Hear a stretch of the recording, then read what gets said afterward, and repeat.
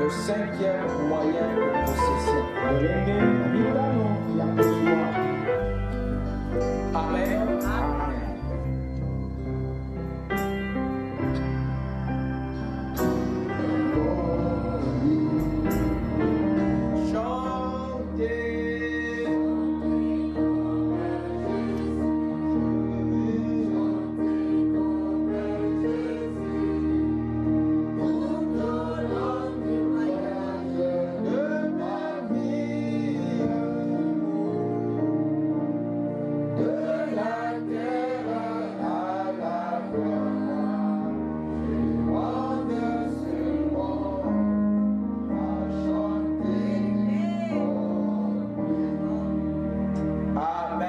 Amen. Nous remercions le Seigneur pour la grâce qu'il nous a accordée de venir écouter le son de sa trompette. Amen. Amen. Sans plus tarder, nous allons nous lever pour lire les Saintes Écritures.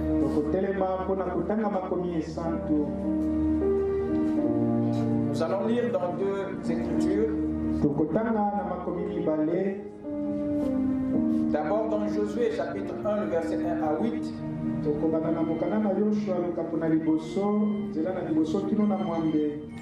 Ensuite nous irons dans Matthieu 11, le verset 1 à 6.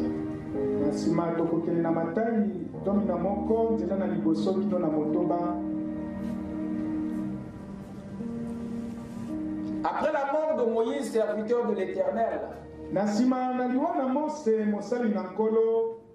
l'Éternel dit à Josué, fils de Nun, serviteur de Moïse: Moïse, mon serviteur, est mort. Maintenant lève-toi, passe ce Jourdain, toi et tout ce peuple, pour entrer dans le pays que je donne aux enfants d'Israël. Tout lieu que foulera la plante de votre pied, je vous le donne. Comme je l'ai dit à Moïse, vous aurez pour territoire depuis le désert et le Liban jusqu'au grand fleuve.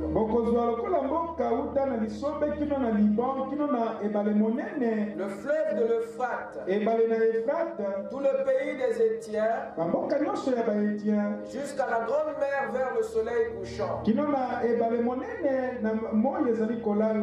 Nul ne tiendra devant toi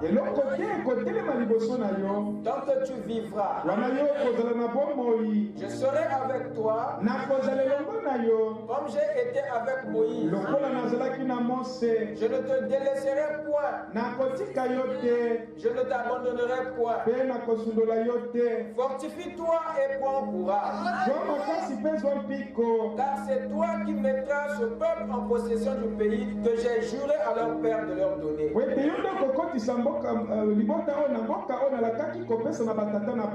Fortifie-toi seulement et aie bon courage en agissant fidèlement selon toute la loi que Moïse, mon serviteur, t'a prescrite. Ne t'en détourne ni à droite ni à gauche, afin de réussir dans tout ce que tu entreprendras. Que ce livre de la loi ne s'éloigne point de ta bouche. Médite-le jour et nuit.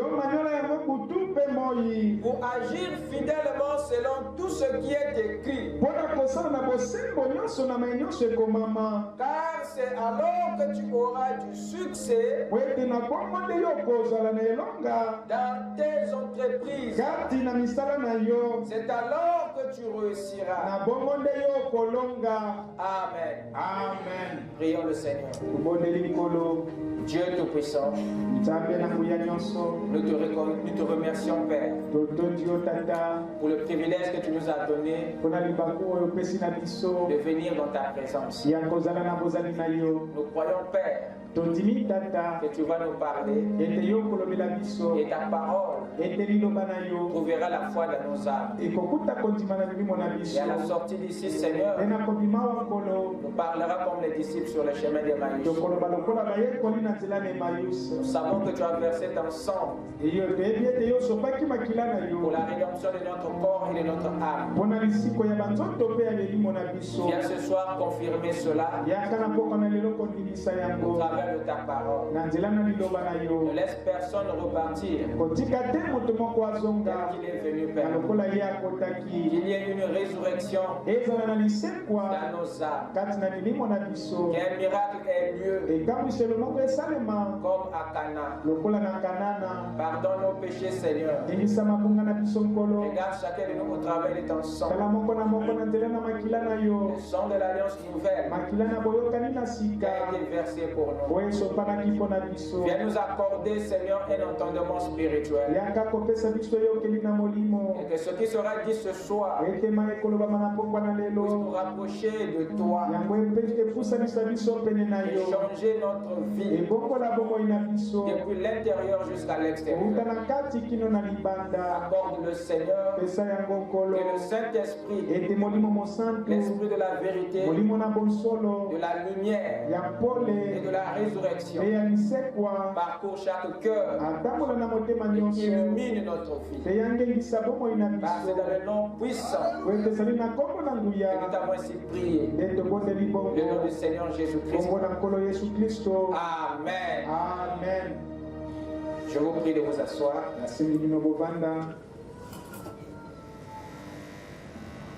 Allons-y dans le livre de Matthieu chapitre 11.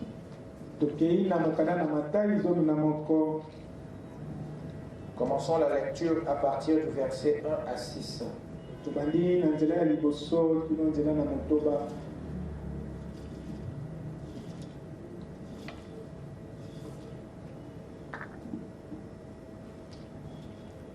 Matthieu 11, 1 à 6.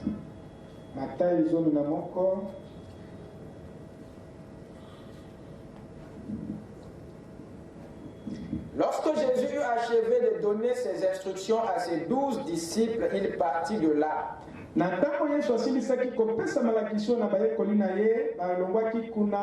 partit de là pour enseigner et prêcher dans les villes du pays.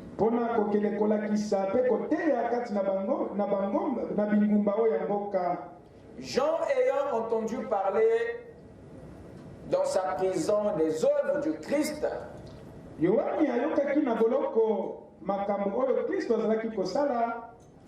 lui fit dire par ses disciples: es-tu celui qui doit venir ou devons-nous en attendre un autre?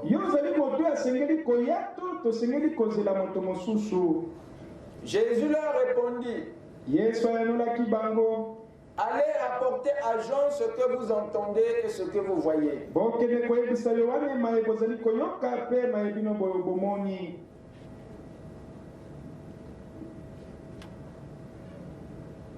Les aveugles voient, les boiteux marchent, les lépreux sont purifiés, les sourds entendent, les morts ressuscitent, et la bonne nouvelle est annoncée aux pauvres. Heureux celui pour qui je ne serai pas une occasion de chute. Amen. Amen. Que Dieu bénisse sa parole dans nos âmes. Ce soir, par la grâce du Seigneur, j'aimerais introduire sur la sagesse. Le cinquième moyen de possession. Amen. Amen. Je vais essayer de l'introduire tout en essayant de vous donner d'abord un aperçu.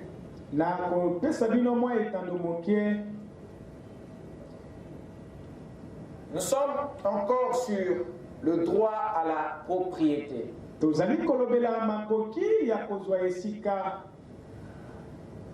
Souvenez-vous que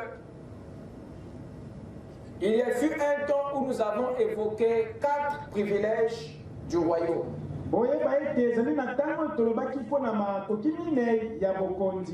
Nous avons vu avec vous qu'il y a 4 grands privilèges que Dieu accorde à tous ceux qui naissent dans son royaume.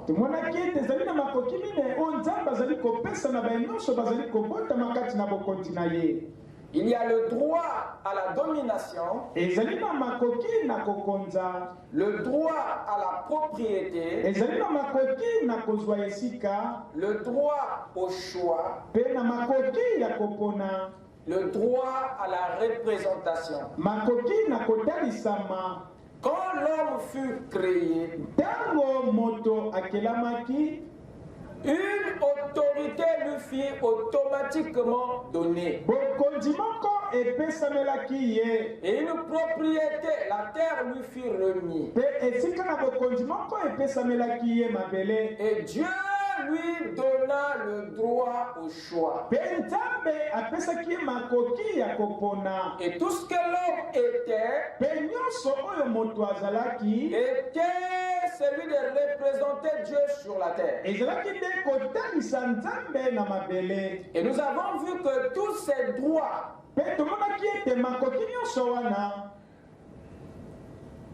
l'Église devait à son tour les exercer sur la terre. Mais il fallait que Christ vienne d'abord pour nous reconnecter au royaume, afin que l'homme à nouveau puisse les retrouver. Parce que depuis la chute, nous avions eu à perdre tous ces privilèges dans le royaume. Si l'homme exerçait la domination, c'est parce qu'il était né dans le royaume. Si quelque chose lui a été donné, c'est parce qu'il était citoyen d'un grand royaume. Aussitôt qu'il fut créé, une domination lui fut remise. Une autorité lui a été confiée.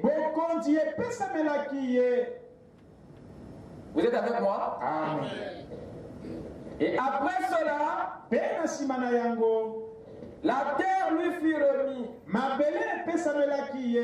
Et Dieu lui donna le libre choix. La terre, c'est la propriété. Le choix ici, c'est la décision. Et nous avons fait la représentation. Nous avons vu que l'autorité était une influence que Dieu lui avait donné d'exercer, non sur les créatures de son espèce, mais sur les créatures inférieures à son espèce. Parce que l'homme n'est inférieur qu'à Dieu et non aux anges, ni aux démons, même pas aux animaux. Il est peu inférieur qu'à Dieu d'après Psaume 8, verset 5 à 9.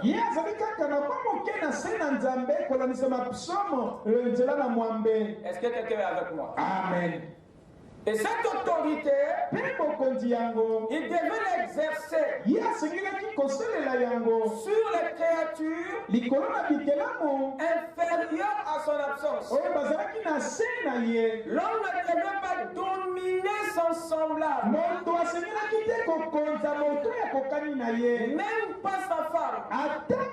Il était conçu pour influencer, pour gérer, pour dominer toutes les créatures inférieures à son espèce. L'homme est de l'espèce Dieu. Tous les anges et les démons sont en dessous de lui. Dans son autorité, dépasser celui des anges. Votre autorité, amen. Amen. Alors remarquez, c'était un droit que le Père lui avait donné en tant que fils. Et ça ne s'est pas arrêté là. Cet enfant du royaume devait avoir une propriété. Raison pour laquelle Dieu lui a donné la terre. Et souvenez-vous que dans la Bible, il a été dit par le Seigneur qu'il y a plusieurs demeures dans la maison de mon Père. Je m'en vais vous préparer quoi? Une place. Donc la possession est un droit pour tous les enfants du royaume. C'est une loi dans le royaume de Dieu. Et chaque citoyen est une place. C'est-à-dire une propriété. Il n'y a rien. Il n'y a personne qui n'est rien dans le royaume. Le droit à la propriété est un droit que les enfants de Dieu exercent en toute légalité, conformément aux lois établies par Dieu,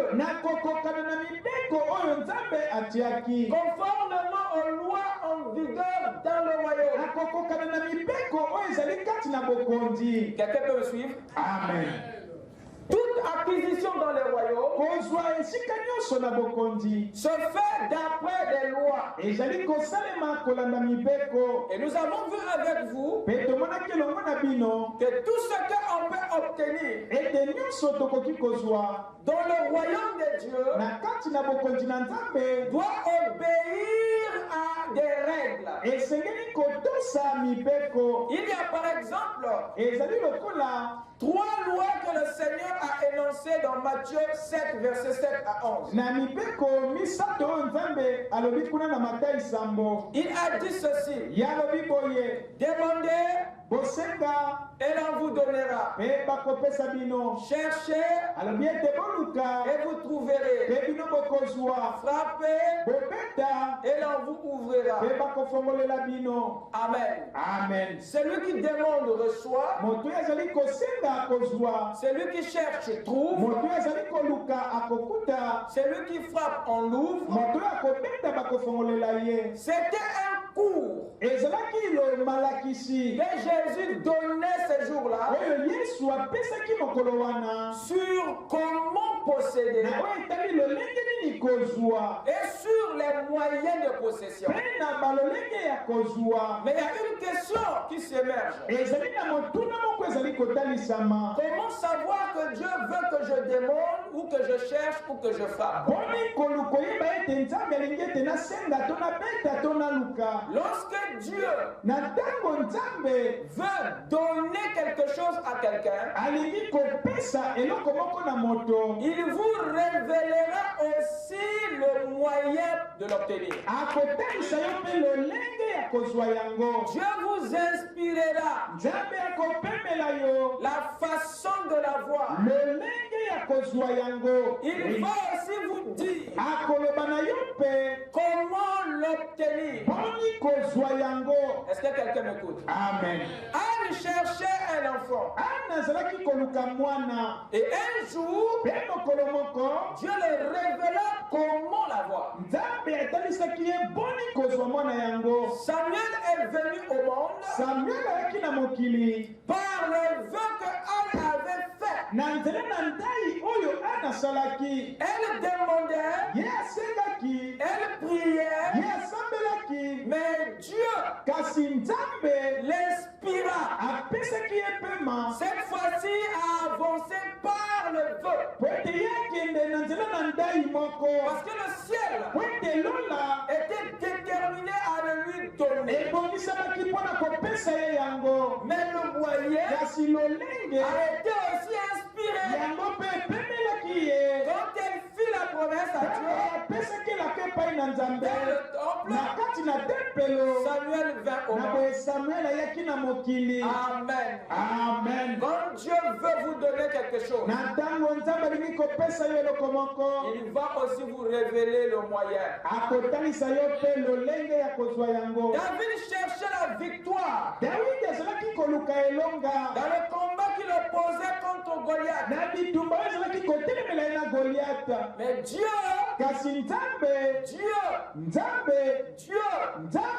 celui qui avait résolu donner la victoire à Israël, il est le même qui est descendu, inspiré David, la façon d'avoir cette victoire. Ce n'était pas par la lance et l'épée. Ce n'était pas par l'armure. Mais c'était par la pierre. Et c'est Dieu qui inspira à David comment avoir cette victoire.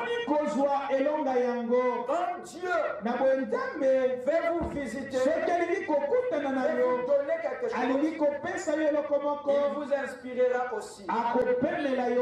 Il ajoutera cette révélation. Amen. Amen. À ces trois lois de possession s'ajoutent d'autres lois. Nous avons parlé de l'alliance. Nous avons parlé de la sagesse. Nous avons ajouté la foi et la création. Ce qui nous donne au total 7 lois de possession. 7 moyens de possession. Le premier moyen est en rapport avec la prière. Le deuxième est en rapport avec l'étude ou la diligence.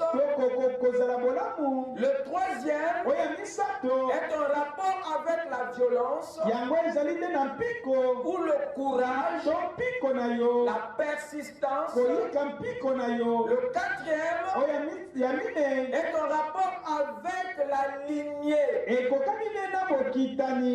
liens de sang, la filiation. Et le cinquième est en rapport avec l'intelligence. Le sixième est en rapport avec la vision. Et le septième est en rapport avec l'invention et la production. Nous avons parlé sur l'alliance. Voyez-vous? Amen. Maintenant, nous allons parler sur la sagesse et ce qu'elle peut offrir à celui qui la détient. Amen. Amen. Amen. Amen. L'alliance était le quatrième moyen. La sagesse est le cinquième moyen de possession. Est-ce que vous êtes avec moi? Amen. Lorsqu'on aura fini d'étudier le deuxième privilège du royaume, qui est le droit à la propriété, nous parlerons sur le choix, qui est le troisième privilège du royaume, et terminerons sur le droit à la représentation,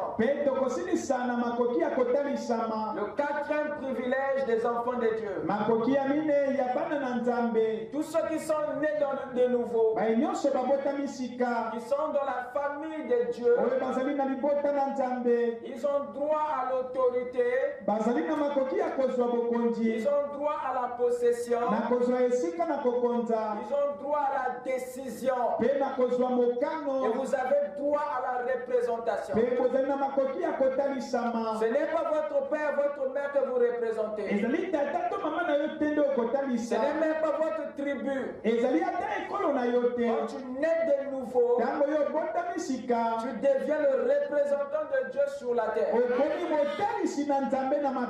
Et c'est ta ressemblance à Dieu qui te donne accès à cette représentation. Dieu n'est jamais représenté par quelqu'un qui est différent de lui. Aussi longtemps que tu ne le ressembles pas, il ne permettra pas que tu le représentes. Parce que tu jetteras l'opprobre. Tu lui feras honte. Voilà pourquoi il a créé l'homme à son image. C'était pour les raisons de représentation. Est-ce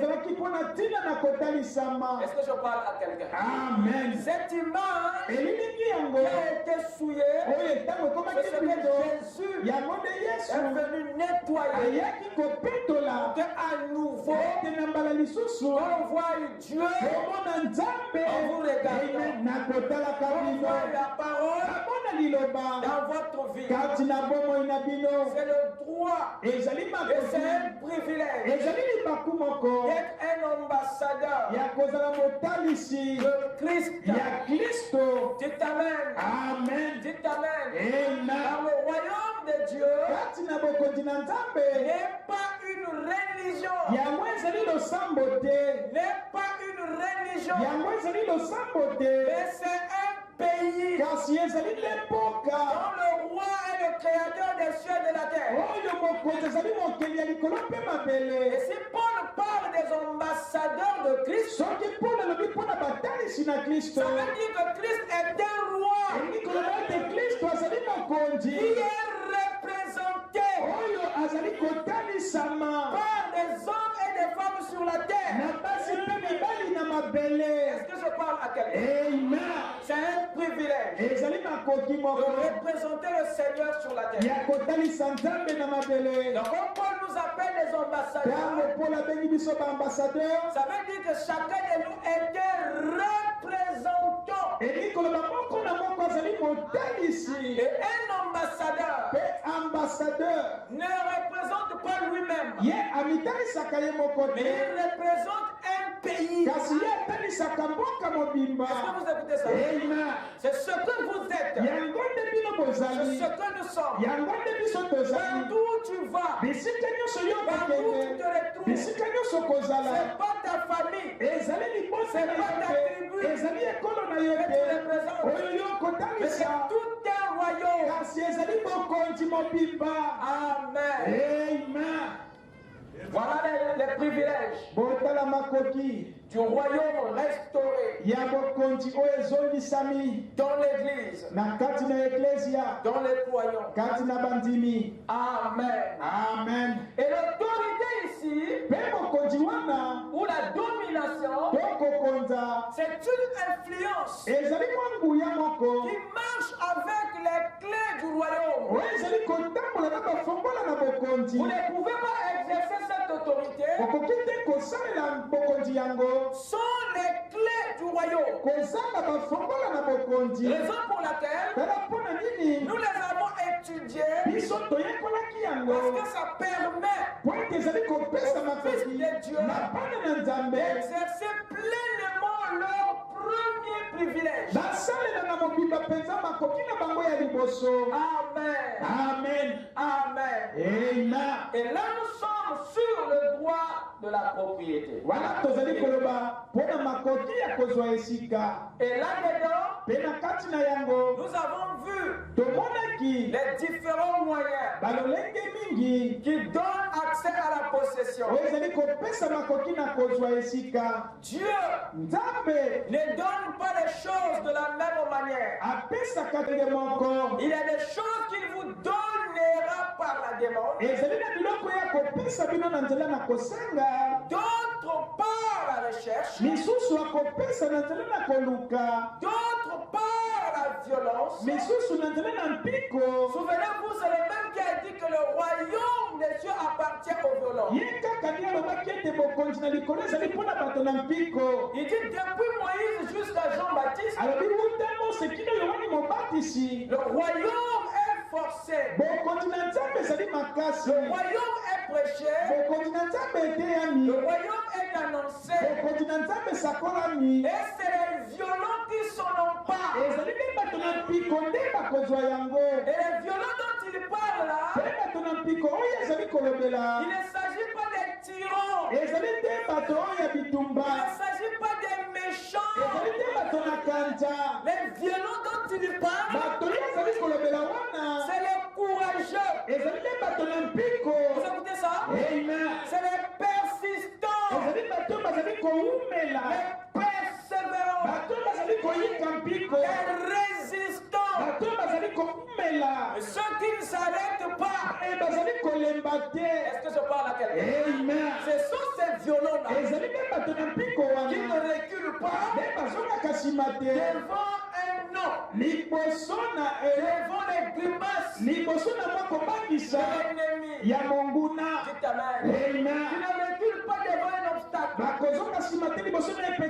Tu vas vers ta promesse, et aussitôt les obstacles commencent à monter. Un violent de l'Éternel ne recule pas devant les obstacles. Il avance pour s'emparer. Est-ce que tu peux dire Amen?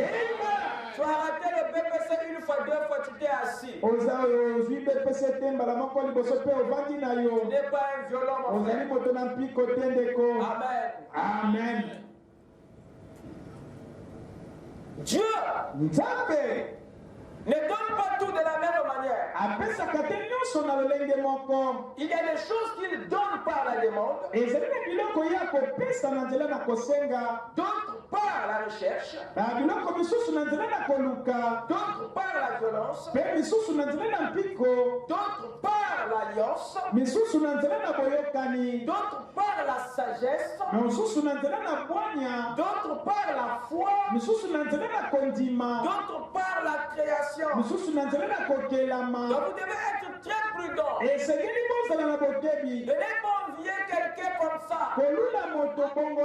Vous ne savez pas comment est-ce qu'il a eu ce qu'il a. Parfois c'est un don de l'alliance. Il l'a eu par filiation. Il l'a reçu par hérédité. Il n'a pas trahi quelqu'un pour l'avoir. Mais c'est par lignée. Vous écoutez ça? Naboth a dit à Akab, vois là, je ne l'ai pas acheté. Je n'ai jamais fait des économies pour l'avoir. Comme tu l'as envie pour rien. En croyant que j'ai vendu quelqu'un pour l'avoir. C'est une richesse qui n'a pas un arrière-plan occulte. Mais comme était l'un de convoiter la vie de David, alors que c'était un héritage de ses pères. Il dit que c'est un cadeau de la lignée. J'étais né et je l'ai trouvé. Cela m'a été donné parce que je suis né dans la famille. Alors par alliance, ceci me revient de toi. Je n'ai pas une guerre à faire.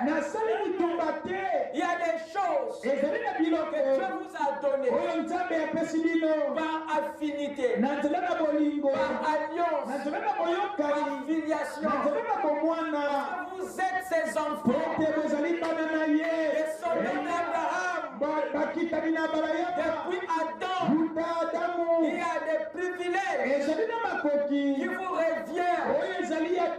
Car à Satan, s'il vous envie, il y a des choses pour lesquelles vous n'allez pas combattre. Il y a des choses pour lesquelles vous n'allez pas demander.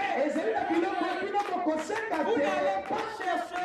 Vous n'allez frapper nulle part. Mais qui sont là à cause de la nouvelle alliance.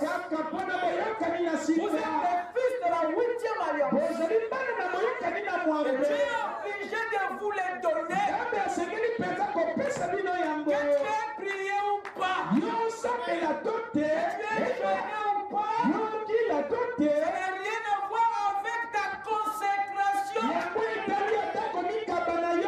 Est-ce que je parle à quelqu'un? Il y a des choses que vous avez par alliance. Amen. Amen. Amen. Et d'autres, c'est par la foi. Ces moyens de possession sont des règles conventionnelles dans le royaume. Et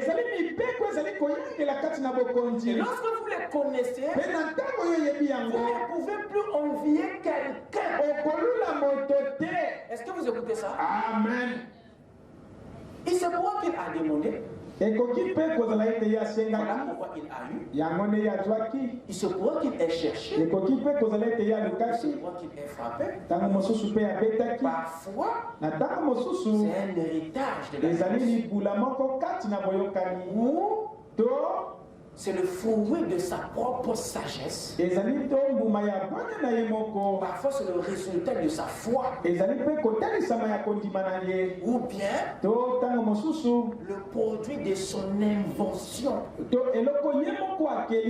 sa création. Amen. Amen. Amen. Amen. Et ce sont des moyens que les enfants connaître pour être libre et prospère. Amen. Amen. Nous allons donc parler sur l'alliance. Nous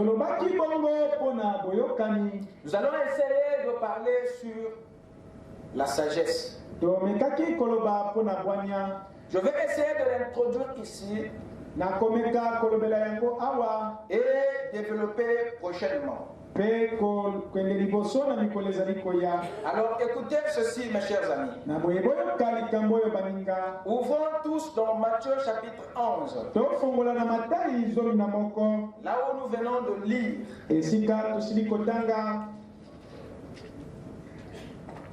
Matthieu 11. Vous êtes avec moi? Amen.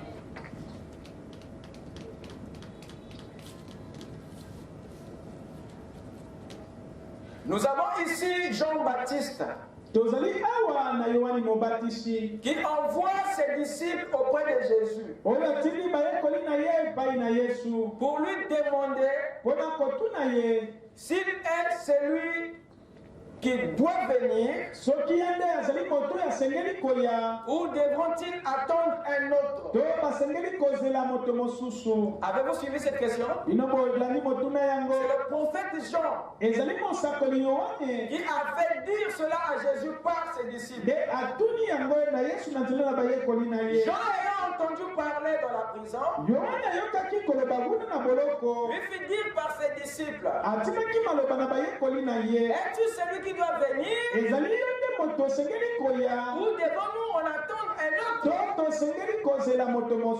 Jésus leur répondit, allez rapporter à Jean ce que vous entendez, ce que vous voyez. Cette question de Jean-Baptiste était le fruit d'une petite incertitude dans son esprit. Et cela n'était pas seulement en lui, mais c'est une préoccupation que partageaient certains Juifs qui connaissaient aussi les prophéties et les Écritures. Quelle était la base de cette préoccupation? Quelle était la racine de cette incertitude? Israël était sous l'occupation romaine à cette époque. Et l'une des grandes attentes du peuple à cette époque-là, y compris même l'attente de Jean le Baptiste, était que le Messie, une fois arrivé, les débarrasse de cette occupation romaine. Car Israël était captif et prisonnier dans son propre territoire. Prisonnier et captif par les Romains. Et le Messie, d'après les prophéties d'Ésaïe 61 verset 1, serait celui qui devait publier une année de grâce et un jour de vengeance pour consoler les affligés, qui sont les Juifs dans la servitude par les Romains. Amen. Mais ce Messie apparemment ne faisait rien en direction de cette occupation romaine. Alors qu'il était décrit dans les livres, dans les Écritures, comme le second Moïse, qui devait venir les libérer de la servitude romaine, de l'occupation romaine. Donc vous pouvez voir combien ce Messie était l'espoir de toute la nation face à cette occupation romaine. Mais Jésus, le fameux Messie, ne faisait rien contre l'occupation romaine. Il ne s'attaquait pas à l'armée romaine. Il ne faisait rien de mal aux colons qui avaient occupé le territoire juif, qui avaient siégé Israël depuis des années. L'attitude pacifique de Jésus vis-à-vis de l'occupant, le colon romain, était l'une des choses qui sèment les doutes dans les esprits des Juifs. qui sèment l'incertitude, même dans l'esprit de Jean-Baptiste. Il y a qu'à peut dire amen. Donc ce peuple avant maintenant du doute sur leur propre Messie. Amen. Il commençait à se demander tel que la Bible a décrit le Messie et ce que fait Jésus. Non, il y a quelque chose qui ne va pas. Il me semble que c'est pas lui. Parce que ce que les Écritures disaient, la parole présentait le Messie comme un homme terrible qui allait mettre les Romains dehors. Mais Jésus, son attitude pacifique, décevait les Juifs. Parce qu'il croyait que le Messie allait comme les zélotes organiser le peuple contre l'armée romaine. Il se disait que Jésus allait organiser une révolte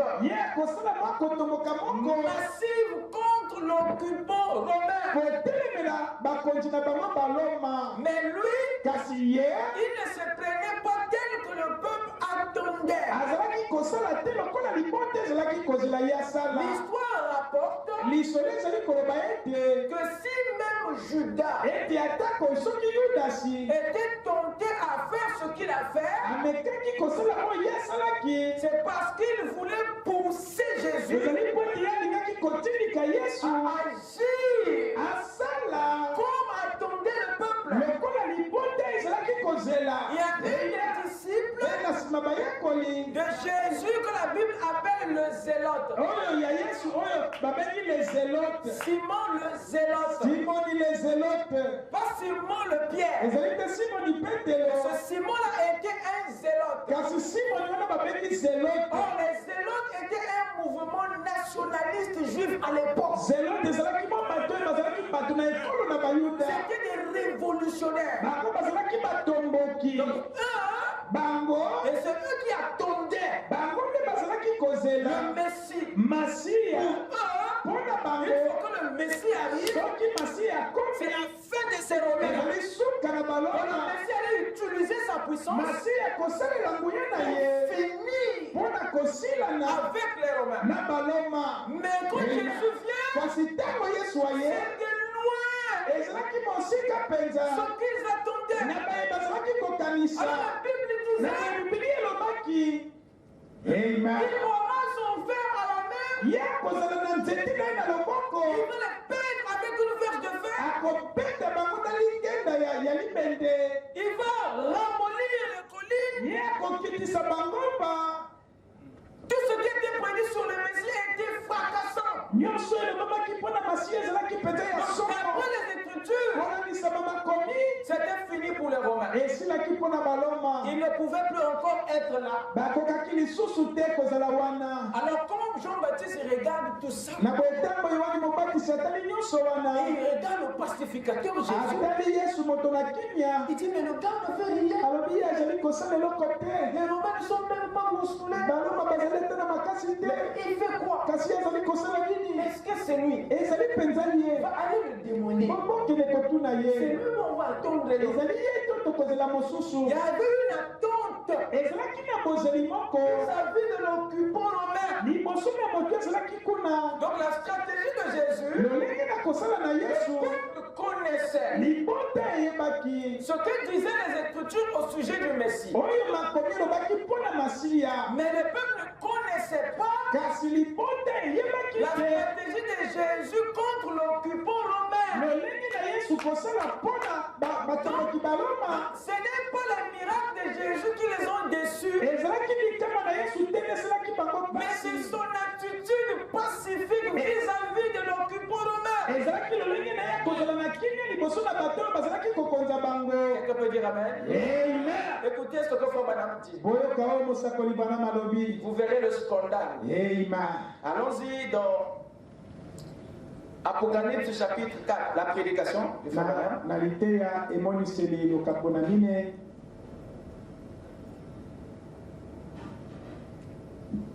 Sur 61, 01, 01, Apocalypse chapitre 4,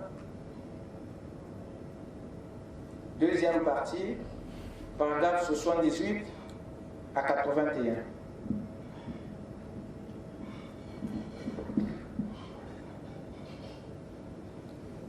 Bon, Malamu, maintenant, Sikawa, quand Jean est venu, Tango Yohani Ayaki, nous l'avons vu hier soir. Tumonaki Angolobi Nampokwa.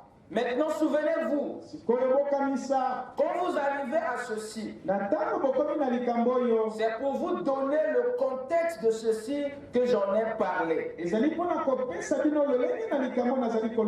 Souvenez-vous, le monde est en train de recevoir la plus forte secousse qu'il ait jamais eue. En ce moment même, le monde ecclésiastique. Maintenant, souvenez-vous, sans doute qu'au jour de Jean, au jour de Jésus, il y avait des grandes fêtes et des grands orateurs en leur jour, des éminents intellectuels qui attiraient des dizaines de milliers de gens. Qui pouvait-il arriver si Caïphe convoquait une réunion? Il attirait tout Jérusalem. Il rassemblait tout Israël. D'un bout à l'autre. Et tous disaient, eh bien, si Caïphe dit telle et telle chose, ça sera formidable. Oh, croyez-vous les Écritures? Rabbin, révérend, docteur, évêque. Croyez-vous les Écritures? Certainement, je crois les Écritures. Je suis un éminent érudit. Donc, il faut quand même en train de donner un décor qui présentait l'attitude des Juifs de cette époque devant les promesses, les Écritures. Donc ils se présentaient comme des gens qui croyaient aux prophéties, aux Écritures. Oh, très bon. Très bien. La Bible a dit ici qu'il viendra un temps où toutes les montagnes sauteront comme des petits béliers. Toutes les feuilles taperont des mains. Tous les lieux élevés seront abaissés et aplanis. Tous les lieux bas seront relevés et élevés. C'est la voix de celui qui crie dans le désert. Il produira cela. Voyez-vous cela? Rabbin, révérend, docteur, pasteur. Et le rabbin répond certainement, j'y crois. Comment cela arrivera-t-il? Oh, un de ces jours, Dieu verra un puissant homme sur la terre. Oh, il sera grand. Ce sera la voix de celui qui crie dans le désert. Il sera le précurseur de la venue du Messie. Et quand il viendra, il n'y a aucun doute dans mon esprit là-dessus. Il descendra du ciel et viendra au temple. Il viendra directement ici au temple et dira, maintenant nous allons nous emparer de tous les Romains et les battre battre à mort. C'est tout. Nous allons mettre tous les Romains en déroute. Ensuite il dira, descends Messie. Et le Messie descendra. Et de toutes nos serres nous forgerons. Et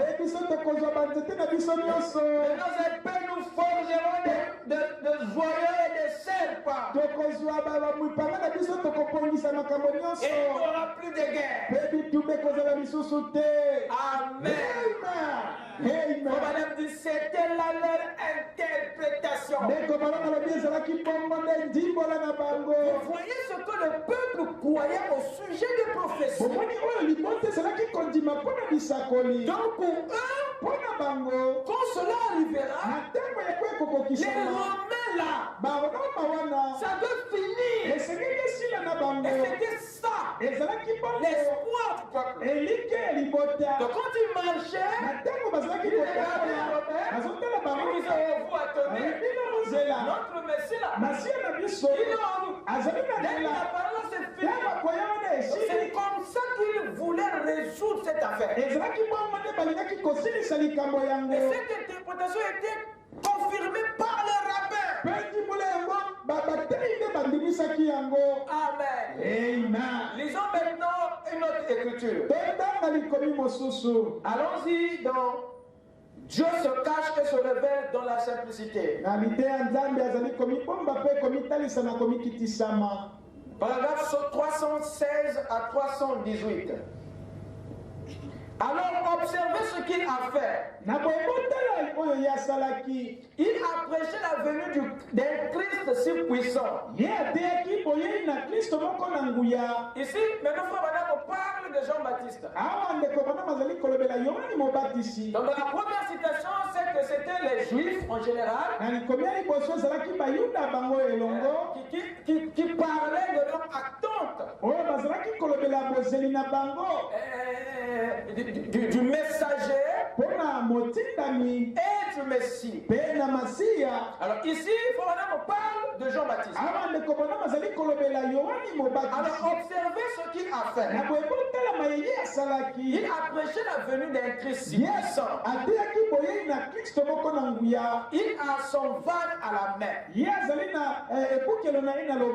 C'est ce que Jean-Baptiste disait dans ses prédications. Vous suivez? Que le Messie aura son van à la main. Et c'est ce que Jean-Baptiste prêchait. Il nettoiera tout sur son passage. Ça, c'était le sermon de Jean-Baptiste sur qui le Messie a son arrivée.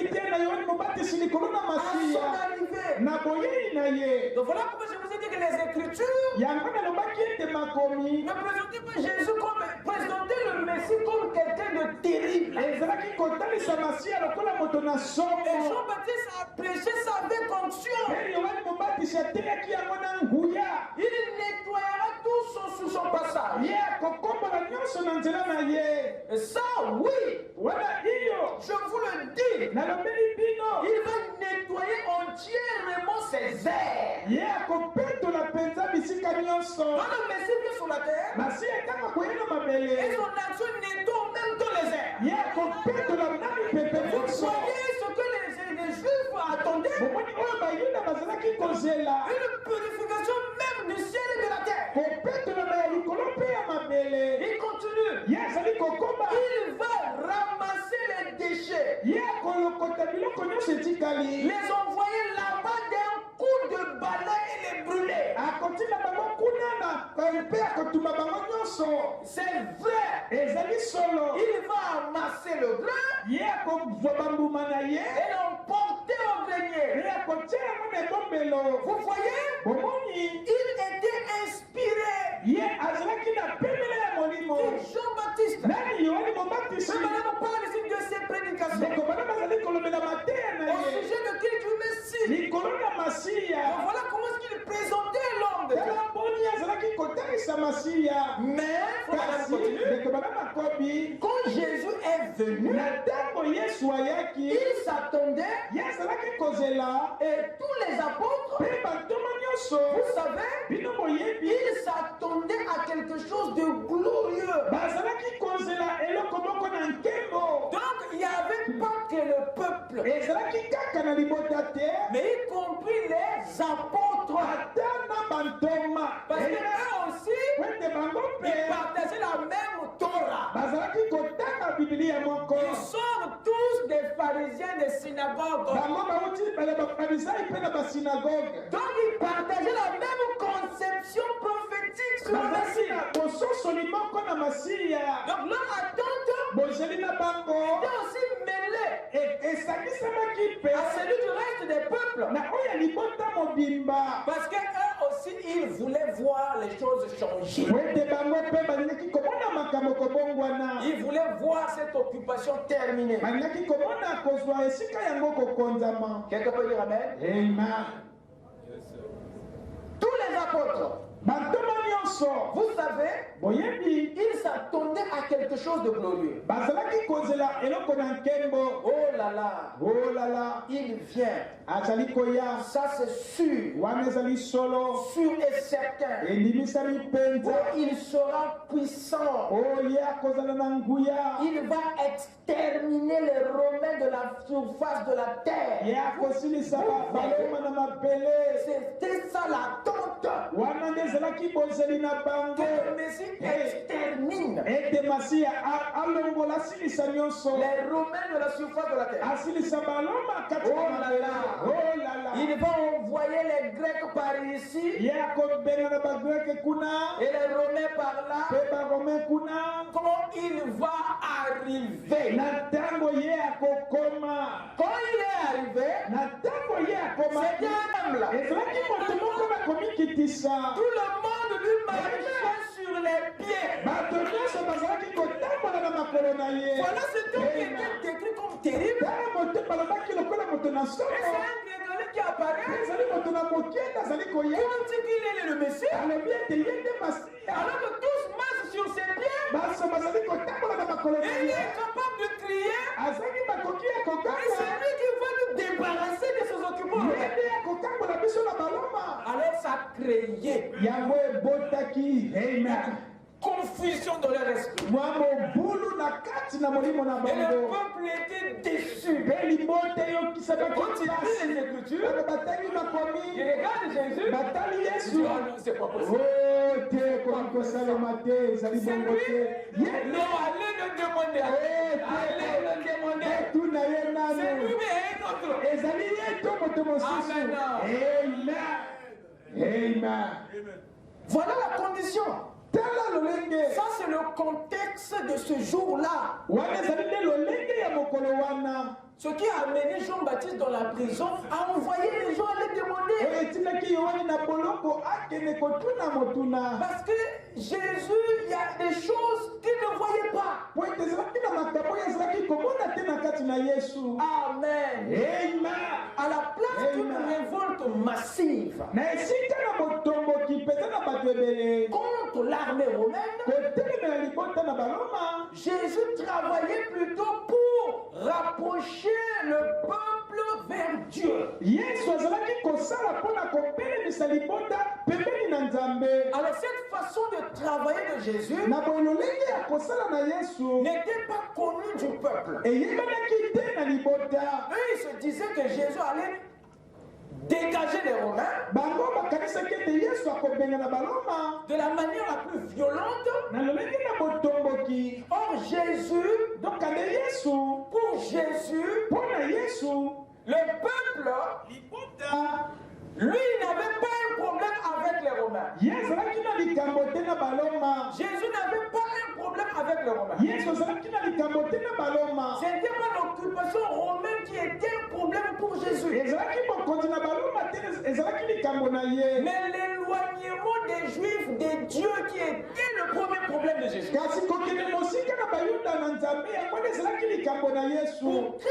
Pour Christ, l'occupation physique extérieure domination des Romains sur son peuple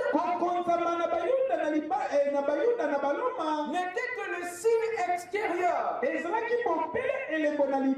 d'une occupation spirituelle de son peuple par le diable. Donc il ne peut pas résoudre la question des Romains du moment où le peuple est suffisamment assiégé dans son intérieur. Alors s'il peut travailler sur son peuple et dans son peuple, alors l'occupation romaine sera un problème facile à résoudre.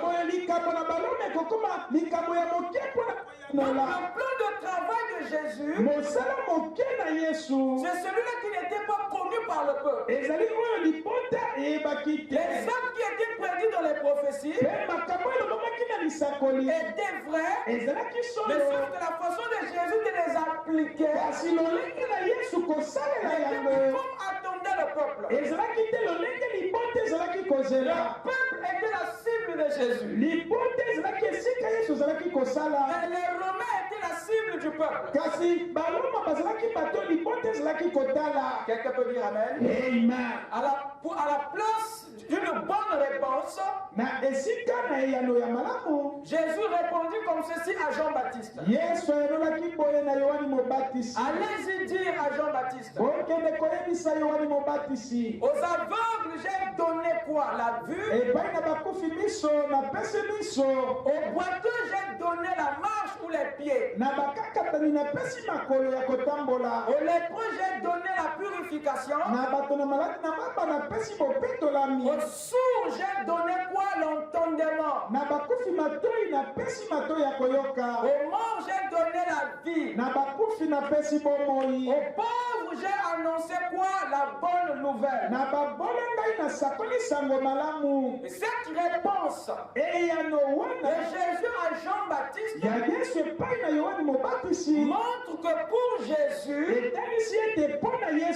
Israël était un peuple aveugle qui devait retrouver d'abord la vue, symbole de la foi, symbole de la vision, symbole de leur attention vers Dieu. Est-ce que quelqu'un me suit?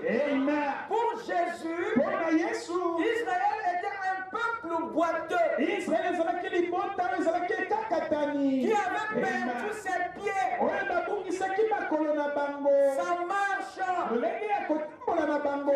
symbole de leur obéissance à la parole.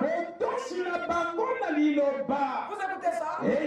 Pour Jésus, Israël était un peuple lépreux qui devait être purifié, symbole de leur sainteté perdue. Pour Jésus, Israël était un peuple sourd qui devait retrouver l'entendement, le symbole de la compréhension. Est-ce que quelqu'un peut dire Amen? Pour Jésus, Israël était un peuple mort qui devait retrouver la vie. Amen. Amen. Le symbole de la résurrection. Pour lui, Israël était un peuple pauvre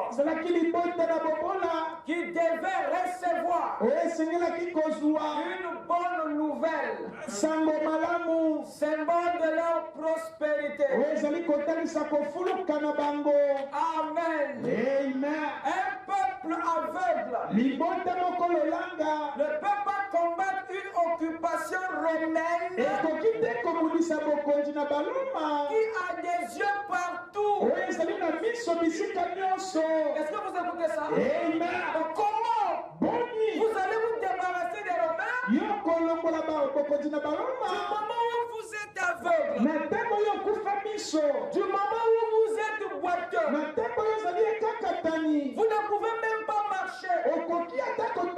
Alors que cette armée romaine a ses pieds. Et comme vous ne pouvez même pas courir un mètre. Ce peuple était malade. Comment une nation malade va-t-il combattre une armée en bonne santé? Comment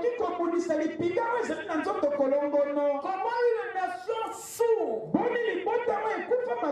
va-t-il vaincre une nation qui a des oreilles partout, des satellites partout? Comment une race morte va-t-il attaquer une armée vivante?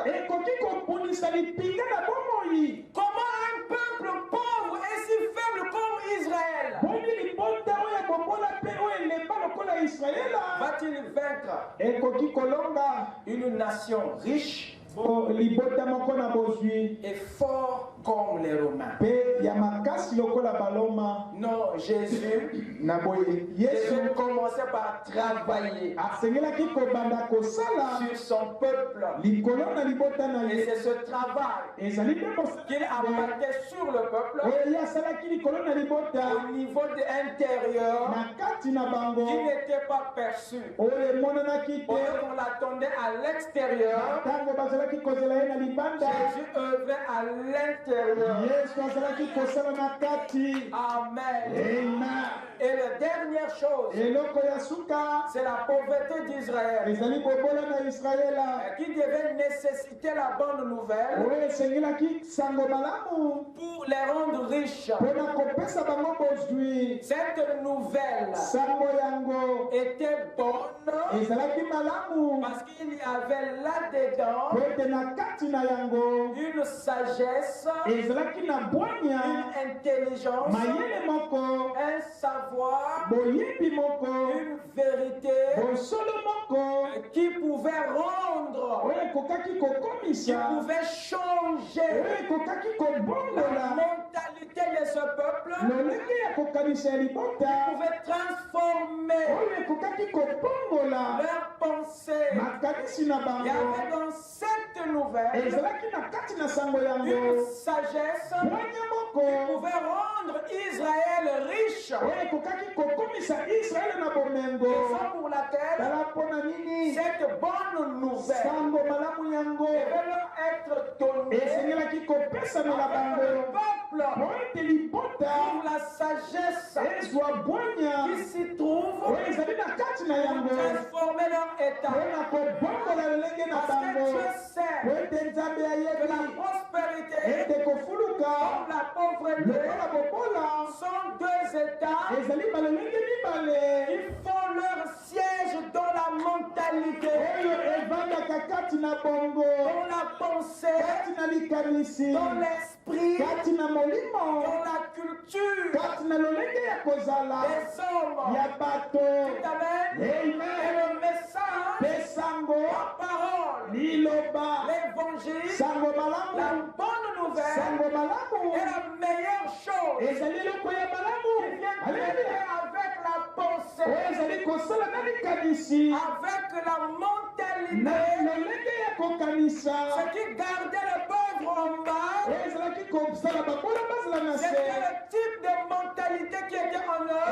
Et la bonne nouvelle avait des vérités qui devaient changer la pensée, la façon de penser, la mentalité du peuple pour transformer les pauvres en riches.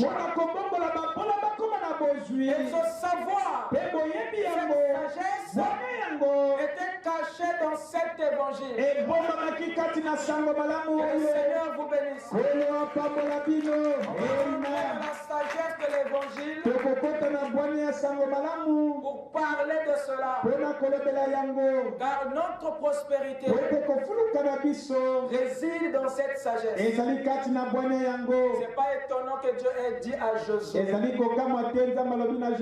attache-toi à ce livre, à cette parole, Parce qu'il y a là-dedans l'intelligence, la sagesse qui te rendra prospère. Que Dieu vous bénisse.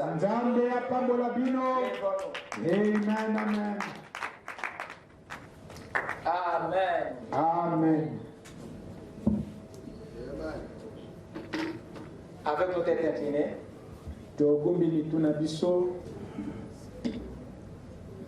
souffle, souffle, souffle dans nos âmes, Jésus. Oh Jésus, souffle encore, souffle, souffle, Jésus, souffle dans nos âmes, Jésus. Oh Jésus, souffle encore.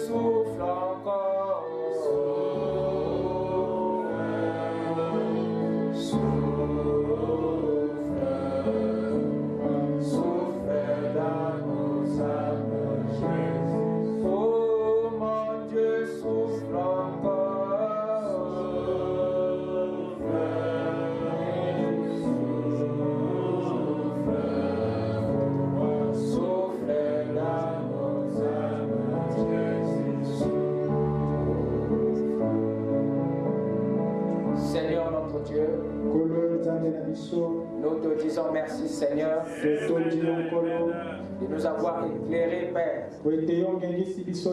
ce soir sur ta parole,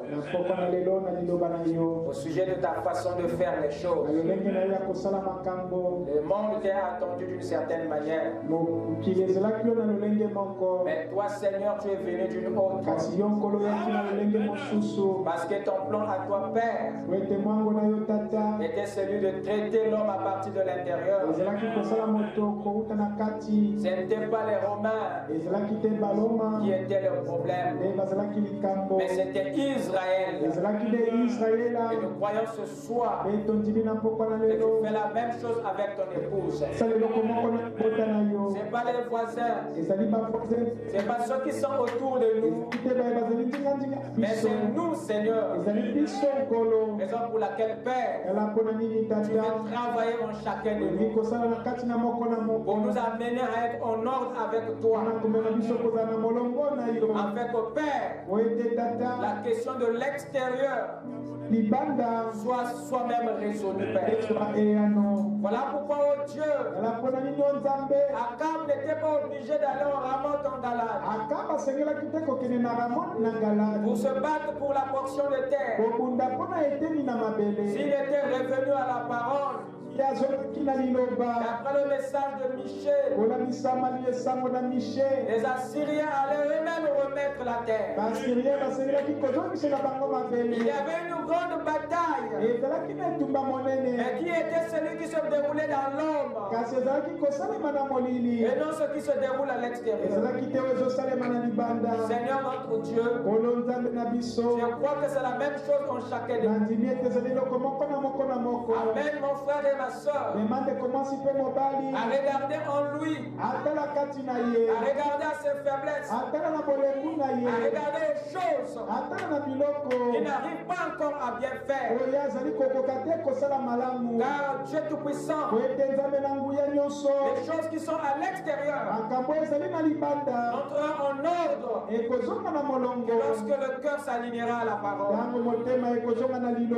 Amen. Chacun de nous à l'obéissance et viens traiter été Seigneur avec notre âme, de façon que Père, nous puissions avoir la victoire. Car comme toi tu œuvres au-dedans, Père, il n'y a aucune bataille à l'extérieur qui peut encore persister.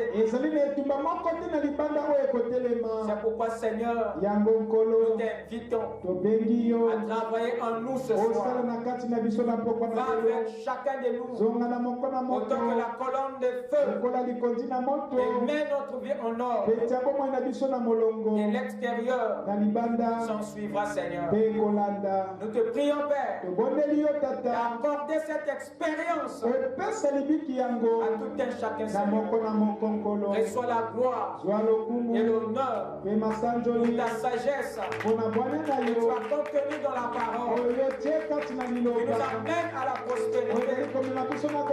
Bénis ton peuple, dans le nom de Jésus-Christ, nous t'avons ainsi prié. Amen. Amen. Que Dieu vous bénisse. Allez dans la paix du Seigneur. À nous revoir dimanche pour poursuivre notre sujet. Shalom.